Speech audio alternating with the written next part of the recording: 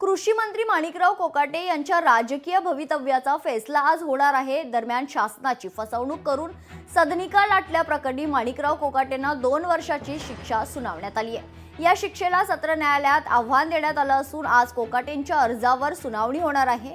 कोकाटेंच्या शिक्षेला स्थगिती मिळणार की खालच्या कोर्टाची शिक्षा कायम राहणार याकडे आज लक्ष असेल। तर बनावट दस्तावेजाच्या आधारे अल्प उत्पन्न गटातून शासकीय कोट्यातील खरं तर सदनिका लाटून शासनाची फसवणूक केल्याप्रकरणी न्यायालयाने ॲडव्होकेट कोकाटे आणि त्यांचे बंधू विजय कोकाटे यांना 2 वर्षांचा कारावास आणि प्रत्येकी 50,000 रुपये दंड अशी शिक्षा ठोठावलेली आहे। तर आज कोकाटेंकडून शिक्षेला आव्हान देणारी याचिका सादर करण्यात येणार आहे। दरम्यान खरं तर कोकाटेंच्या याचिकेवर आज सत्र न्यायालयात सुनावणी होणार। तर कृषी मंत्री माणिकराव कोकाटेंच्या राजकीय भवितव्याचा फैसला आज होणार आहे।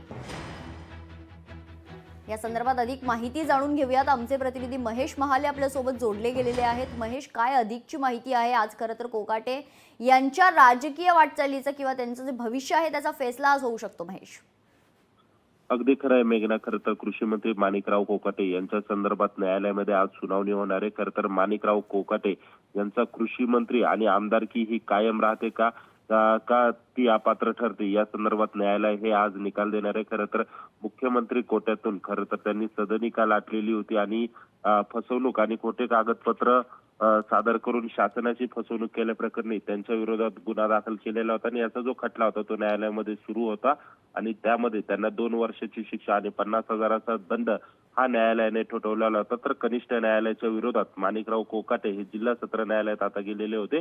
त्यामध्ये खरं तर सरकारी पक्ष असेल किंवा माणिकराव कोकाटे यांचे वकील असेल यांचा जो युक्तिवाद आहे तो ऐकून झालेला आहे। आज खरं तर याच्यावर निकाल येणार आहे आणि या निकालामध्ये त्यांच्या शिक्षेला स्थगिती मिळते की ती शिक्षा कायम राहते हे पाहणं महत्त्वाचं ठरणार आहे। जर शिक्षेला स्थगिती मिळाली तर त्यांचं मंत्रीपद आणि आमदारकी ही कायम राहू शकते। मात्र शिक्षेला जर स्थगिती मिळाली नाही तर कृषी मंत्री माणिकराव कोकाटे यांचं मंत्रिपद आणि आमदारकी देखील धोक्यात येणार आहे। त्याच्यामुळे न्यायालयाच्या सुनावणीकडे आज सगळ्यांचं लक्ष लागलेलं आहे। मेघना, निश्चित धन्यवाद महेश आपण दिलेल्या सविस्तर माहितीसाठी।